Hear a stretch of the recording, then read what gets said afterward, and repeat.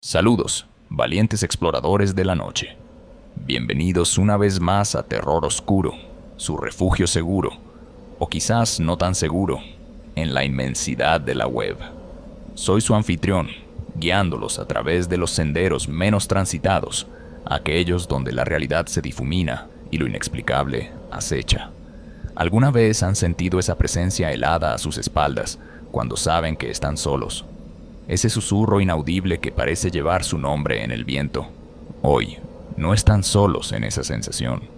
Aquí, en Terror Oscuro, abrazamos esa inquietud, nos sumergimos en ella, porque sabemos que ustedes, nuestra leal audiencia, no son de los que huyen del miedo, sino de los que se acercan, curiosos, a escuchar sus historias. Esta noche tenemos algo especial. Algo que nos llega desde las raíces mismas de una tierra pródiga en misterios, México. Un país donde el pasado y el presente danzan en un abrazo eterno, donde los mitos no son solo cuentos para niños, sino advertencias susurradas de generación en generación. ¿Están cómodos? ¿Han cerrado bien las puertas y ventanas? Quizás deberían revisar 2 veces. Porque las historias que están a punto de escuchar tienen el poder de colarse por las rendijas más pequeñas de su tranquilidad. Esto es 10 relatos de terror que te robarán el sueño.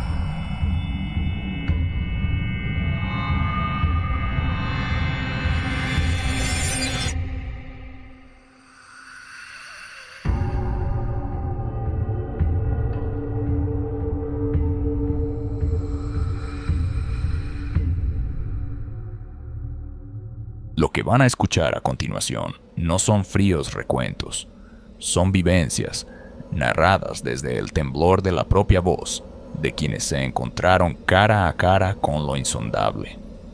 He recogido estos testimonios, estas confesiones susurradas al calor de una fogata o en la quietud de una noche insomne, para que sientan el escalofrío tal como ellos lo sintieron. La elección de la primera persona no es casual.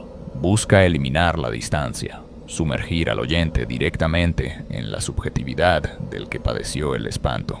Cuando el yo es el que tiembla, el que duda, el que huye, el terror se vuelve más visceral, más inmediato, pues resuena con nuestros propios miedos primigenios. Prepárense, pues, para escuchar 10 voces del espanto. 10 fragmentos de la noche mexicana donde lo imposible se hizo carne y el terror dejó su huella imborrable. Acompáñenme, si se atreven, a transitar por estos senderos sombríos, donde cada crujido y cada sombra pueden ser el preludio de un encuentro con lo desconocido. Mi encuentro con La Llorona. Siempre me consideré un hombre de ciencia, un historiador riguroso. Las leyendas, para mí, eran ecos distorsionados de eventos reales, adornados por la superstición popular. La Llorona, ese espectro errante que clama por sus hijos, no era más que una fábula, un cuento para asustar a los niños y a los crédulos. Dediqué meses a investigar sus orígenes, desde las posibles raíces prehispánicas con diosas como Cibocatl o Coatlicue, hasta las crónicas coloniales que hablaban de una mujer indígena traicionada. Mis archivos crecían, mi escepticismo también. Xochimilco, con sus canales silenciosos y su atmósfera ancestral, parecía el escenario perfecto para tal mito, pero mis noches de vigilia, allí, solo me habían ofrecido el croar de las ranas y el susurro del viento entre los agüejotes. Una noche, particularmente fría y neblinosa, me encontraba cerca de un embarcadero solitario, revisando mis notas a la luz de una linterna mortecina. El silencio era casi absoluto. una quietud que empezaba a crisparme los nervios más de lo que me hubiera gustado admitir. Fue entonces cuando lo escuché. No fue un grito humano, no al principio. Era un lamento que parecía nacer de la tierra misma, del agua oscura del canal, un sonido que vibraba en el aire y se metía hasta los huesos. Mi primera reacción fue buscar una explicación lógica, el viento, algún animal, una broma pesada. Pero el lamento se repitió, más cercano, más desgarrador. ¡Ay, mis hijos! Levanté la vista, barriendo la orilla con el haz de luz, y allí, entre la bruma que se arremolinaba sobre el agua, la vi.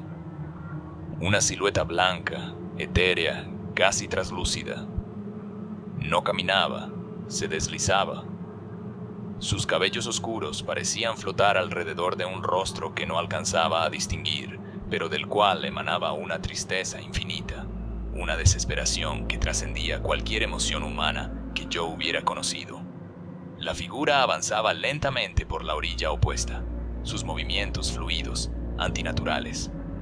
El lamento no cesaba, y con cada ¡ay, mis hijos!, sentía una opresión en el pecho, un miedo helado que me paralizaba.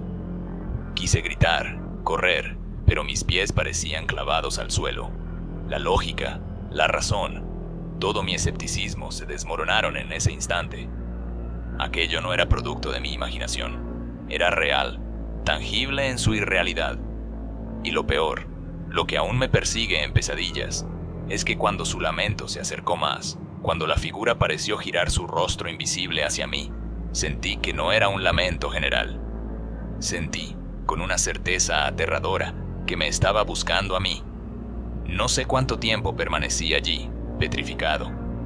Eventualmente, la figura se desvaneció en la niebla, y su lamento se perdió en la distancia, dejando tras de sí un silencio aún más opresivo.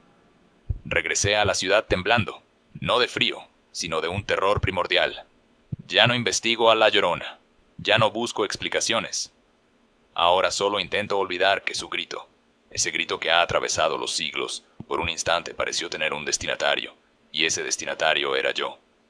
Hay noches en que creo escucharla de nuevo, muy a lo lejos, y el miedo vuelve, intacto, recordándome que hay horrores que la razón no puede confinar al reino de la fábula. Mi encuentro con el charro negro. Mi vida siempre ha sido el camino. Como vendedor ambulante, he recorrido más carreteras secundarias y veredas olvidadas de las que puedo contar. La soledad es una compañera constante y la noche, a menudo, mi único techo. Una de esas noches, en algún lugar perdido de Jalisco, mi vieja camioneta decidió rendirse.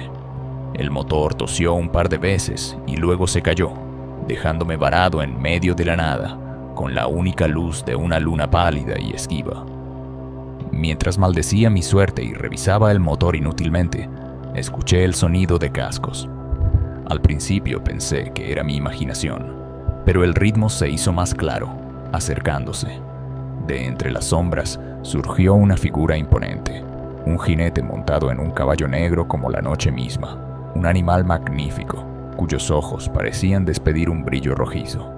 El jinete vestía un traje de charro impecable, también negro, con botonaduras de plata que refulgían débilmente a la luz de la luna. Su rostro quedaba oculto bajo el ala ancha de su sombrero, pero su presencia irradiaba una autoridad y una elegancia casi sobrenaturales.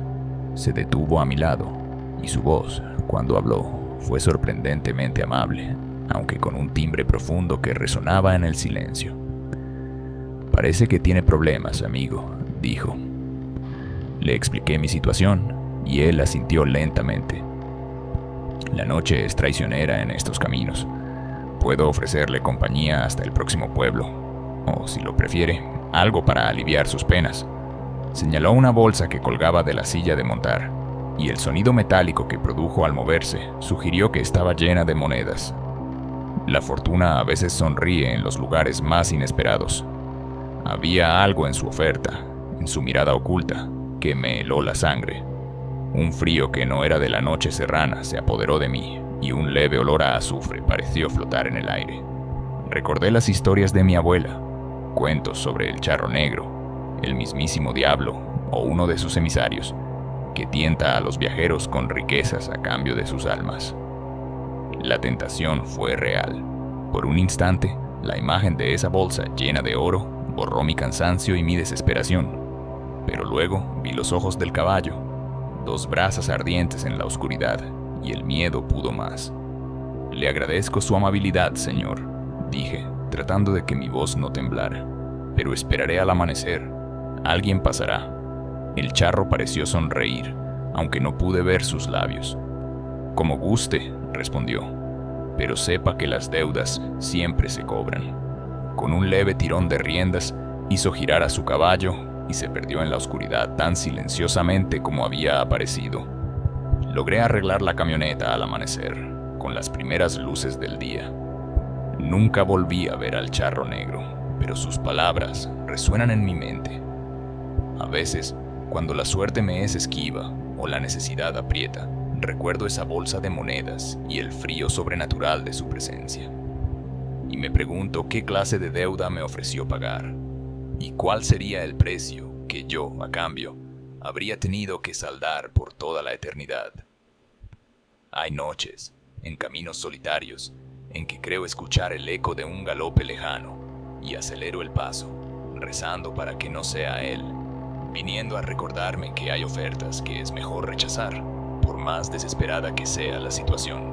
Mi noche en la isla de las muñecas fue una estupidez, lo admito, una apuesta entre amigos, alimentada por demasiada cerveza y esa arrogancia juvenil que te hace creer invulnerable. ¿Quién se atreve a pasar una noche solo en la isla de las muñecas? Swing, preguntó a alguien, y yo, por supuesto, levanté la mano. Había oído las historias, claro, don Julián Santana, la niña ahogada, las muñecas colgadas para apaciguar su espíritu. Puro folclore para turistas, pensé. El trajinerito me dejó en la chinampa al atardecer. El lugar era inquietante. Cientos de muñecas, de todos los tamaños y en todos los estados de descomposición, colgaban de los árboles, clavadas en cercas, sentadas en improvisados altares. Sus ojos de vidrio, muchos rotos o faltantes, parecían seguir cada uno de mis movimientos. El sol se hundió rápidamente tras los canales de Xochimilco, y con la oscuridad llegó un silencio denso, antinatural, roto solo por el chapoteo ocasional del agua y el susurro del viento entre las hojas y los cuerpos plásticos. Monté mi pequeña tienda de campaña cerca de la cabaña que, decían, había sido de don Julián. Traté de leer, de distraerme, pero la sensación de ser observado era abrumadora.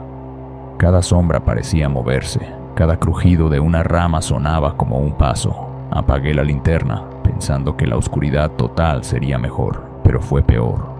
Ahora, mi imaginación poblaba la isla con horrores sin forma. Fue entonces cuando empezaron los susurros. Al principio, creí que era el viento, o mi propia mente jugándome una mala pasada. Pero luego, se hicieron más claros, risitas infantiles, quedas, casi inaudibles, que parecían venir de todas partes y de ninguna a la vez. Me incorporé de golpe, el corazón latiéndome en la garganta.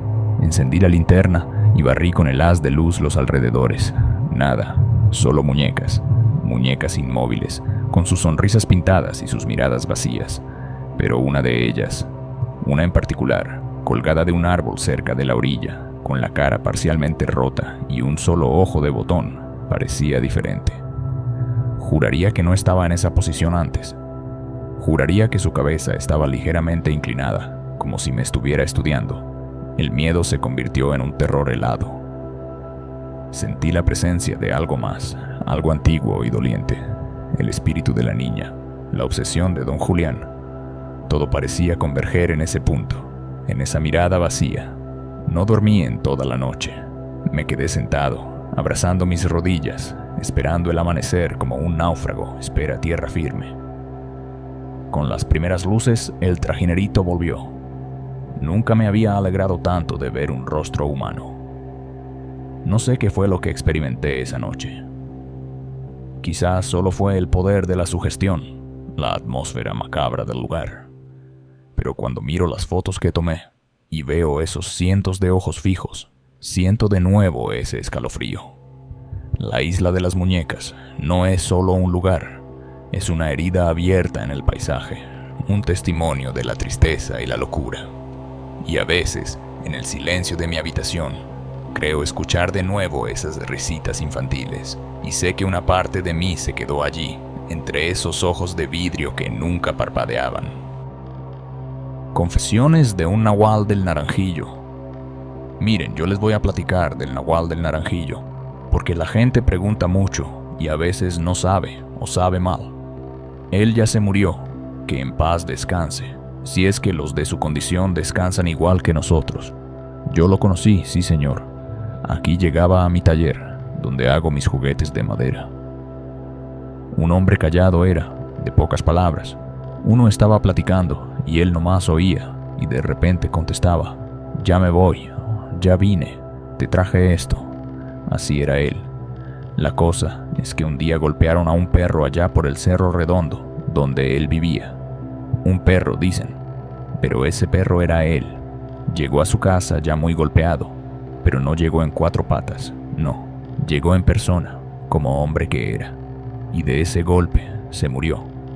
Su familia, pues, me encargó que le hiciera una figura de madera, un recuerdo. Querían un perro que pareciera nahual.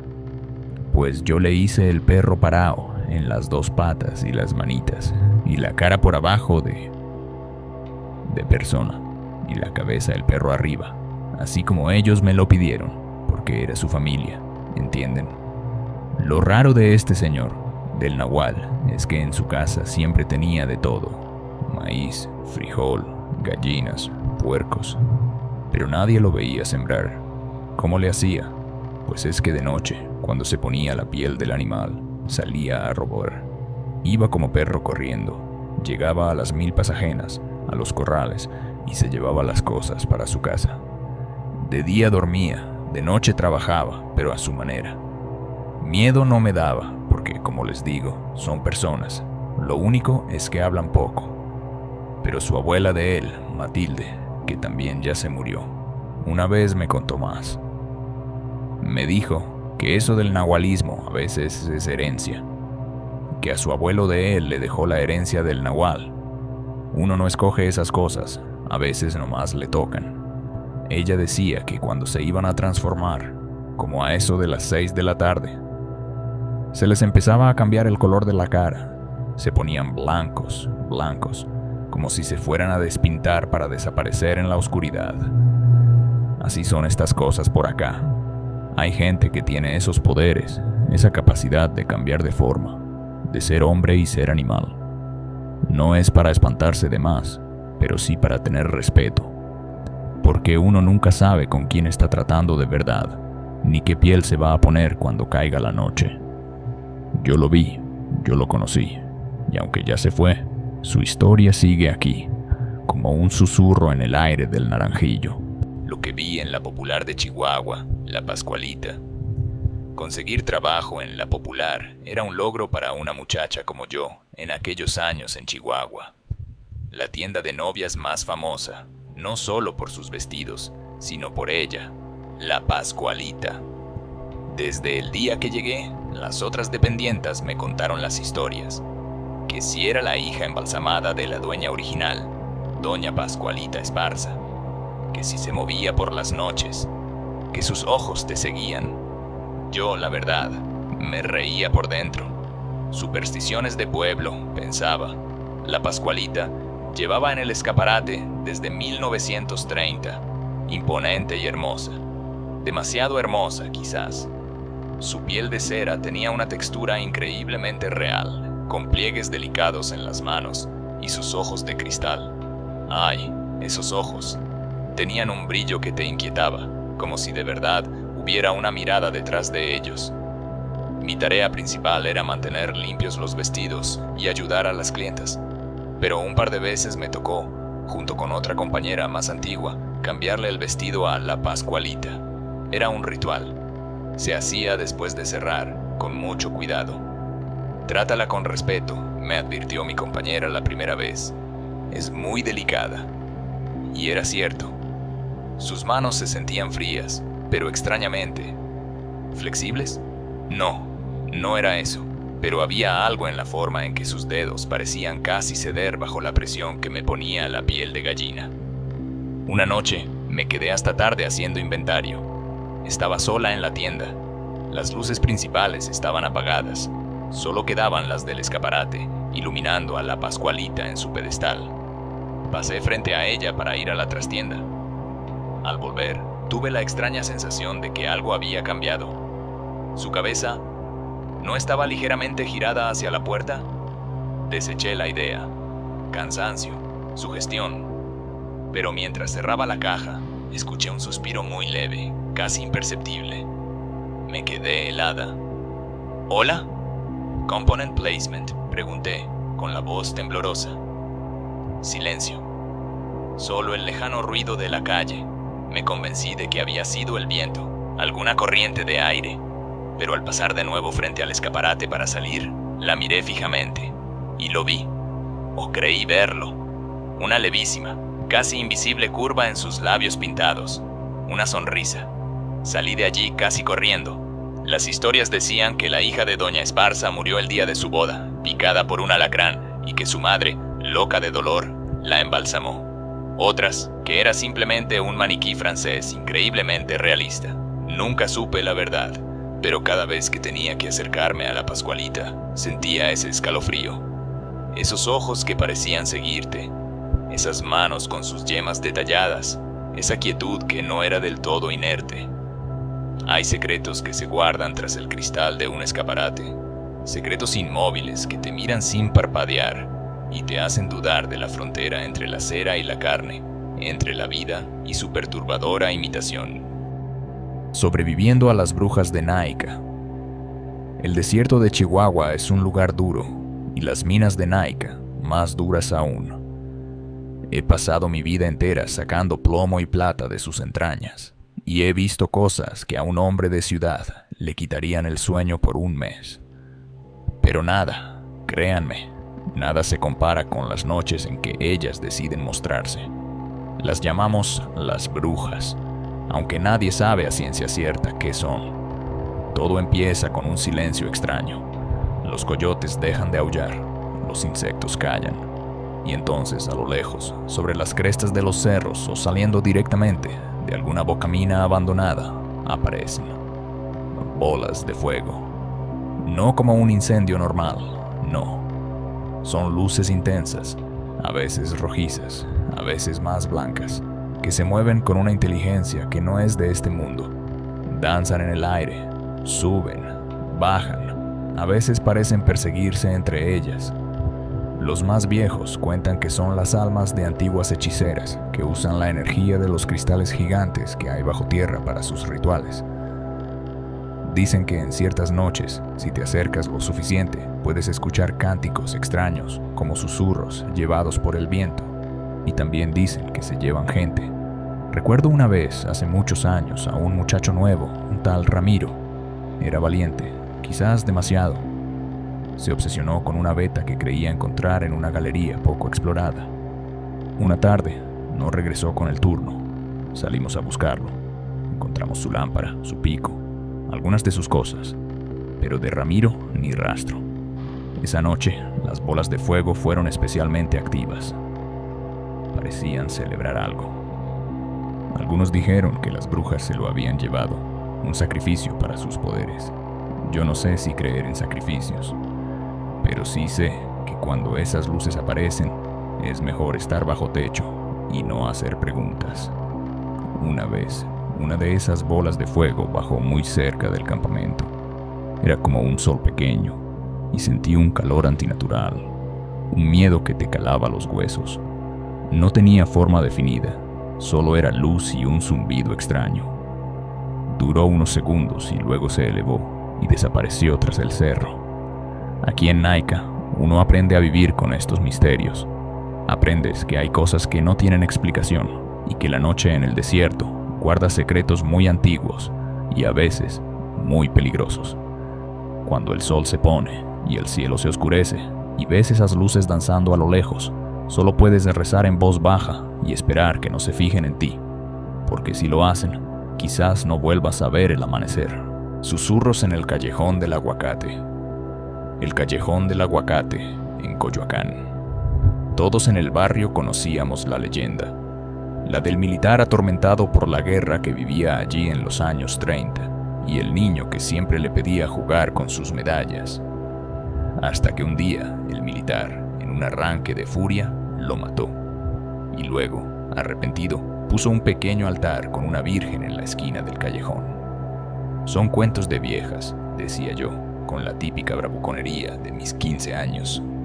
Mis amigos, igual de escépticos pero más miedosos, me retaron. ¿A que no te atreves a entrar solo, de noche, hasta el fondo del callejón? Y claro, acepté. ¿Qué podía pasar? Era una noche sin luna, y el callejón, estrecho y empedrado, parecía una boca oscura. El único árbol de aguacate, al fondo, proyectaba sombras que se movían con la brisa, como dedos largos y huesudos.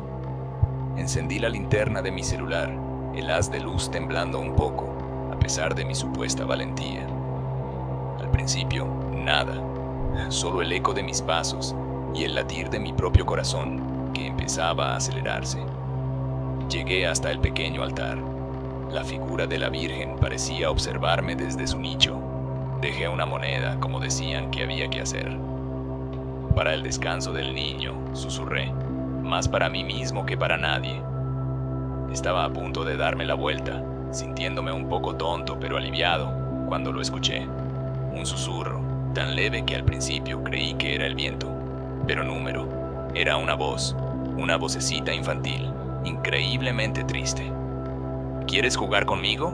Me quedé petrificado. La linterna se me resbaló de las manos y cayó al suelo, apagándose. Oscuridad total. El corazón se me quería salir del pecho. ¿Quién anda ahí? Zrenia, balbuceé. Solo silencio. Un silencio pesado, cargado. Y luego, otra vez, más cerca. Tengo una pelota. Podemos jugar. No esperé más. Di media vuelta y corrí. Corrí como nunca en mi vida, tropezando con las piedras, sin mirar atrás. No paré hasta llegar a la avenida iluminada, con el aliento entrecortado y las piernas temblando. Mis amigos se rieron cuando les conté. Dijeron que me lo había imaginado. Pero yo sé lo que escuché. Esa voz no era de este mundo. Dicen que a veces la Virgen del altar llora sangre. No sé si sea cierto, pero sí sé que en el callejón del aguacate hay una tristeza muy honda y un niño que sigue esperando, noche tras noche, que alguien, por fin, acepte jugar con él. Yo no voy a ser ese alguien. Nunca más. Mi viaje con el trailero de La Rumorosa. La Rumorosa. Solo mencionar su nombre le pone a uno la piel de gallina, más si eres trailero y te toca cruzarla de noche. Esos 20 kilómetros de curvas cerradas, barrancos que se pierden en la oscuridad y un viento que parece aullar lamentos, han sido tumba de muchos. Las cruces al borde del camino son un recordatorio constante. Llevo casi 30 años en este oficio y he cruzado La Rumorosa cientos de veces, siempre con un rosario en el tablero y una oración en los labios. Pero una noche, hace como 10 años, me pasó algo que nunca podré olvidar. Era invierno y una niebla espesa, de esas que no te dejan ver ni a 2 metros, cubría la carretera. Iba despacio, con toda la precaución del mundo. A mitad de la subida, entre la bruma, distinguí la silueta de un hombre haciendo señas al lado de un tráiler descompuesto. Paré, como es ley entre nosotros los transportistas. Era un colega, se llamaba Francisco, o al menos eso me dijo. Parecía joven y muy apurado. Amigo, me dijo con voz angustiada, mi tráiler no da más. Necesito un favor enorme.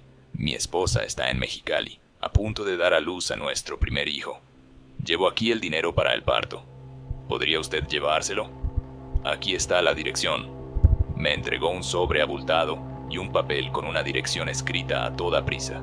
Sentí su desesperación. Claro que sí, compañero. No se preocupe. Yo se lo entrego, le aseguré. Me agradeció con un alivio que se le notaba en la cara pálida. Subí a mi cabina y seguí mi camino. La niebla seguía igual de densa. Llegué a Mexicali al amanecer. Después de descargar, busqué la dirección del sobre. Era una casita humilde en una colonia vieja. Toqué la puerta y me abrió una mujer de aspecto cansado, con un niño pequeño en brazos. Le pregunté por la esposa de Francisco. Ella me miró con unos ojos tristes y me dijo: yo soy su viuda. Francisco murió hace 5 años, aquí en La Rumorosa, precisamente cuando venía porque yo iba a tener a nuestro hijo. Sentí un escalofrío que me recorrió de pies a cabeza. El sobre en mi mano pareció quemarme. Le expliqué lo que había pasado, cómo había encontrado a Francisco en la carretera. La mujer lloró en silencio. Me dijo que no era el primero al que le pasaba, que a veces el alma de Francisco seguía tratando de cumplir con su última encomienda. Le entregué el dinero. No sé si lo necesitaba, pero sentí que debía hacerlo. Desde esa noche, cada vez que cruzo La Rumorosa, especialmente si hay niebla, voy más atento. A veces me parece ver una figura al borde del camino, haciendo señas. Ya no me detengo. Solo rezo por el alma de Francisco, el tráilero fantasma que sigue buscando llegar a casa. Una guardia con la planchada. Ingresé al Hospital Juárez por una neumonía que me tenía al borde del delirio. Las noches eran las peores.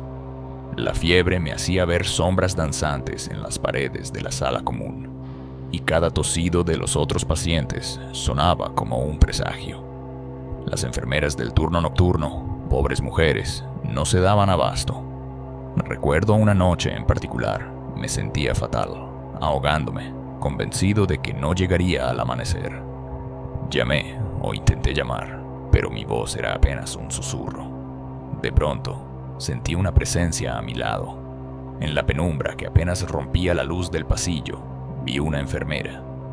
Era alta y su uniforme era de un blanco resplandeciente, perfectamente almidonado, como recién salido de la lavandería, de ahí el apodo, supongo.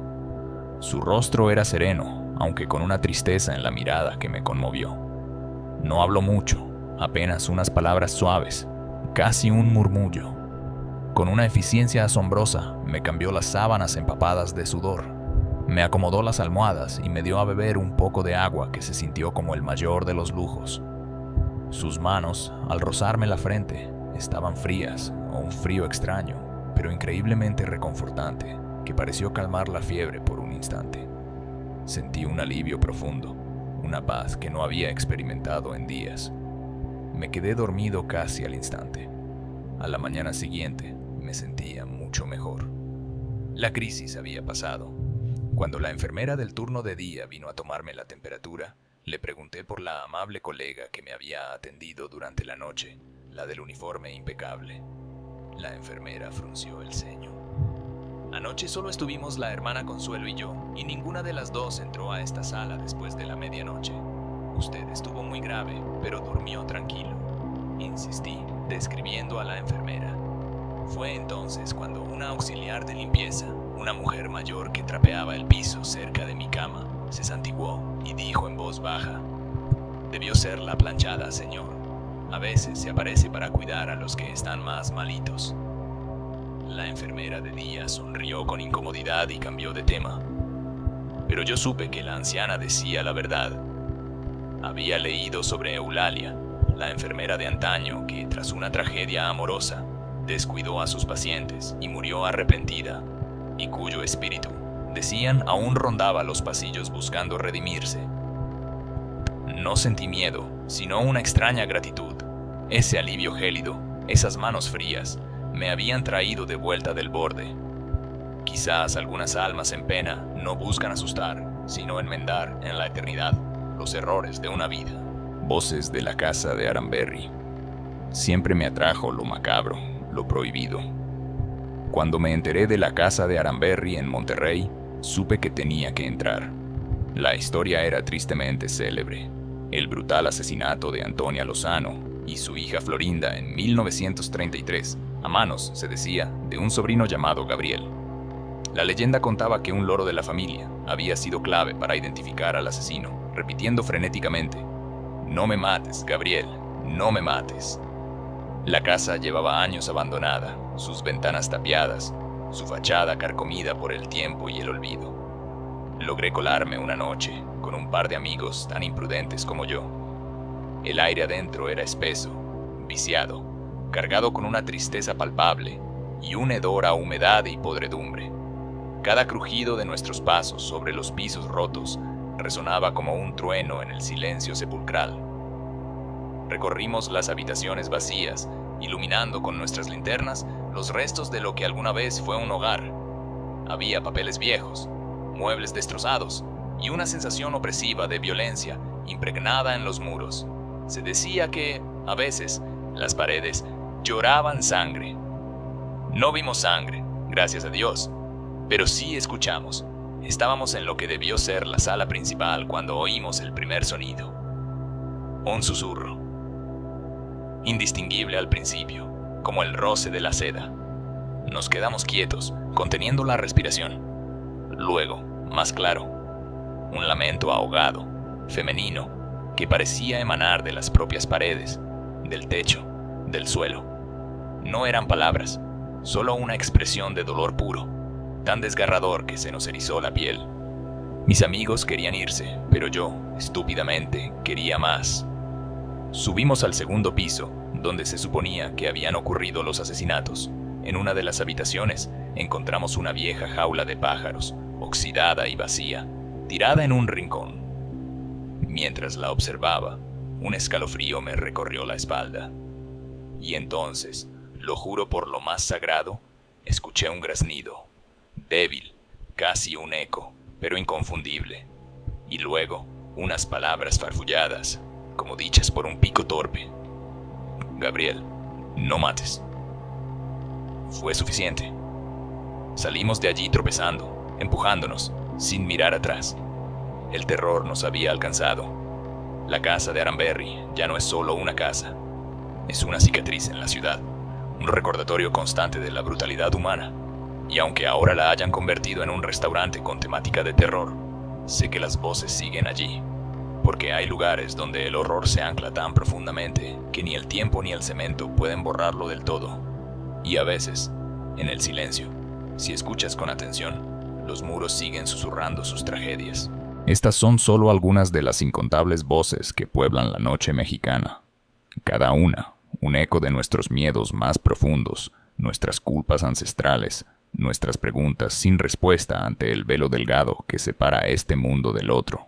El de los vivos, del de los espíritus. Las leyendas, como han podido escuchar, son un archivo vivo de la psique colectiva de un pueblo.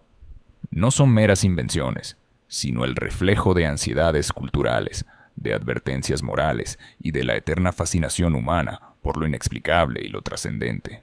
La variedad de estas historias, desde el lamento eterno de una madre hasta el pacto funesto con entidades oscuras, pasando por la inquietante presencia de lo inanimado que cobra vida, demuestra la riqueza y complejidad de nuestra tradición oral.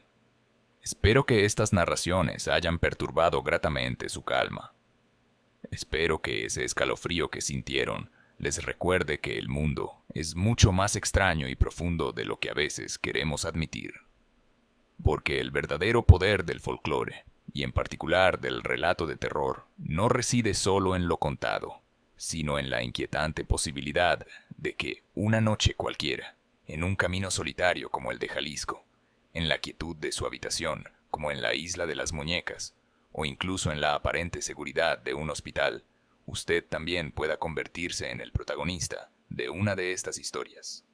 La noche mexicana, y en realidad, la noche en cualquier rincón del mundo, siempre tiene algo más que susurrar a aquellos dispuestos a escuchar. Y aquí, en Terror Oscuro, siempre estaremos con el oído atento. ¿Qué les parecieron estas voces? ¿Cuál de estos relatos resonó más en su interior o les provocó esa deliciosa punzada de miedo?